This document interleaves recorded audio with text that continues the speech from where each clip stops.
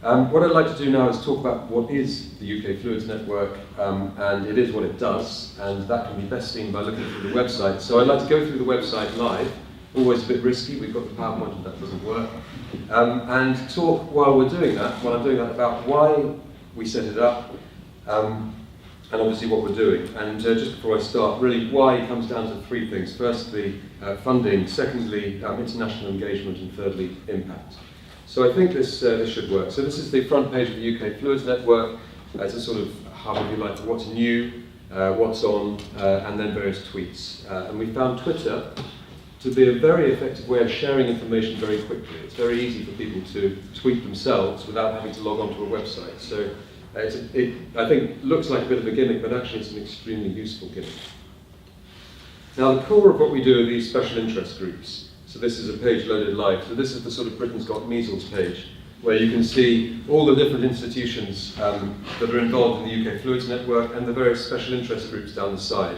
So there are 41 special interest groups. If you click on one, you can see the institutions that are involved. You get a bit of a description. You can click on more details, which I'll do in a minute, and you can move down and see some more, etc. So these are the sort of institutions involved. Now this brings me on to why set up the UK Fluids Network. And it's really, well, one of the reasons was a strategic response to the changing funding landscape. The curious nature of fluids in the UK, if I just pop to the top and do all six, is that fluid dynamics in the UK is an exceptionally strong subject on the global scale. The subject was, to a great extent, invented in Britain. If you think of fluid mechanics, you have the Reynolds number, that's Manchester, Navier-Stokes equation, and many of the initial people, G.I. Taylor, Batchelor, were based in the UK. They had many students who were British, and those British students stayed in the UK and made their own excellent groups within the UK. So you end up with an enormous breadth and depth of fluids expertise within the UK. So that's where we are. It's worked very well on the Principal Investigator +1 model. So you put in a research proposal for the PI time, and +1, which would be a PhD student a few years ago, increasingly, of course, postdocs, under a sort of apprenticeship model. But we've seen, I think, in the last few years, the funding structure changed such that that sort of PI +1 proposal tends not to get funded. It tends to be a bit bigger. One has to have a bigger proposal. In fact, in the field in which I work, flow and stability, there isn't a single proposal that is a PI +1. Everything is joint institution.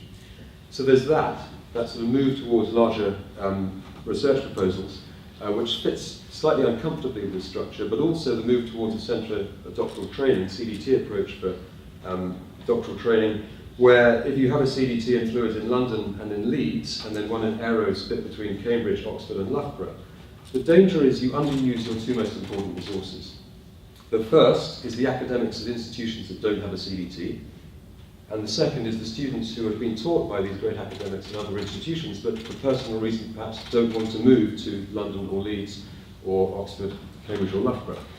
So we had to sort of respond to that, and the way we did that was by setting up the UK Fluids Network with the special interest groups. The idea being, from the CDT perspective, that those CDTs and the students there can be plugged into what's going on within the UK while they're doing their PhDs, and also so that academics at those institutions can be plugged into the CDT students. And that means that at the end of when a student's been trained through the CDT, we haven't just trained up very expensively people to go and work in the States, that they're actually plugged into the UK community when they leave, and are therefore more likely, we hope, to stay in the UK. Secondly, going back to the proposals, we have these special interest groups, and if I just click on one almost at random, let's do combustion science. Now we have multi-institutions with many PIs. So in this one there are, I think, 24 principal investigators involved, and a lot of what they'll be doing is discussing research, but some of them will group together to get their ideas that would have been presented as a PI +1 proposal into 5 of those, say, together, sprinkle a bit of magic about impact and outreach, etc., which you can do through a network very easily, and you have a coherent proposal that can go to EPSRC, and it's now £1 million, say, or 5 PIs, maybe a bit more, 1.5 million, and it's coherent, it's the sort of thing that funders want to fund, and the academics want to do. So you built up a bottom-up research program that fits within a more top-down funding structure. So that was one of the main reasons we wanted to do this. And it's been running for a year, and the first 6 are beginning to put in their first proposals now. That, of course, is not the only reason we're doing this. It's not just for funding. I mentioned international engagement. We had, as a country, we've had great first mover advantage in fluid mechanics. We did a lot of it first, and a lot of people think, what are they doing in the UK? And we want the UK to be the first port of call for people around the world thinking, what's going on in this area? So you've got an area like acoustics, for example. Let's take another one. Why not? Let's do marine hydrodynamics. You might think, what are they doing in the UK? Well, you can see the institutions that are doing marine hydrodynamics as part of the SIG. You click on the SIG, and you can find out who's contact. And then you can, if you want to, just flick through what's going on. So those are the special interest groups. You could also, you might find the resources. So here at the moment there are just 5, but if we do control, click on one of these, you find a whole set of resources for researchers in the field of control. And these come with notes and with a little bit of computer code as well. A new PhD student can pick this up, watch the course, pick up the code, and really learn about control of fluid flows by running this course online. So we're building up the number of research resources that we have online, so that when a student in another part of the world types into Google control of fluid flows, they get to this, and then we disseminate what we've done within the UK to the students around the world. That, of course, is good for the UK's reputation, but also it's good at attracting PhDs and postdocs to the UK, either at the end of their undergrad or the end of their PhD. Right, finally, regarding impact, I'm going through this very quickly. We wanted to act as a brokerage between industry and UK researchers.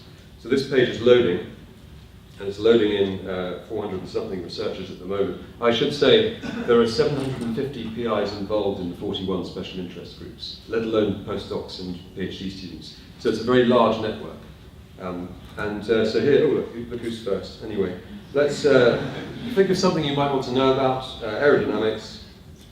So we can select from all these things and see who's doing aerodynamics within the UK. Oops, what did I do that? There we go. And you get a list. Now, you can scroll through the list. Well, you could if I knew how to scroll on this computer. Anyway, you can scroll through the list and see who's doing aerodynamics and see what else they're doing. Aerodynamics there being highlighted. At the moment, that's all you can do at the moment. What we're hoping to do next is a more dynamic search, certainly, so you can have an aerodynamics and something else, aerodynamics or, etc. Finally, so that's interaction with industry. Of course, most of that interaction happens within the special interest groups themselves. There's also the interaction with government. So I spoke to the head of Go Science, the Government Office of Science. One of the things they want is to have a sort of list of experts that they can ring up and say, very quickly, we need to know what happens if you do this then. And that we have on tap, a list of experts. So we can be their first port of call. And there's also the public. So we have a competition. This is the second competition now. We have a past winner from the photo competition, which is a funny photo of salt diffusing into fresh water that's been dyed. We've just run a series of 40 interviews of fluid mechanics researchers within the UK, and we're going to release those at around 1 per month via our Twitter feed and the Facebook and the website as well.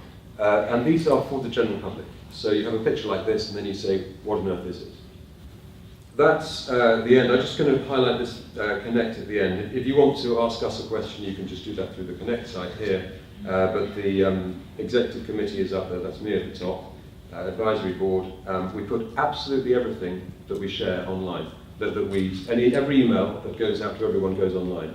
We're very open about this, and at the bottom is the proposal documents, etc. So we took advice at the beginning about how to run this, and we're told that we should really make sure that everything that we did was very open, and that's exactly what we've done. I'll just leave that slide up for the moment, and I'll finish there. Thanks very much.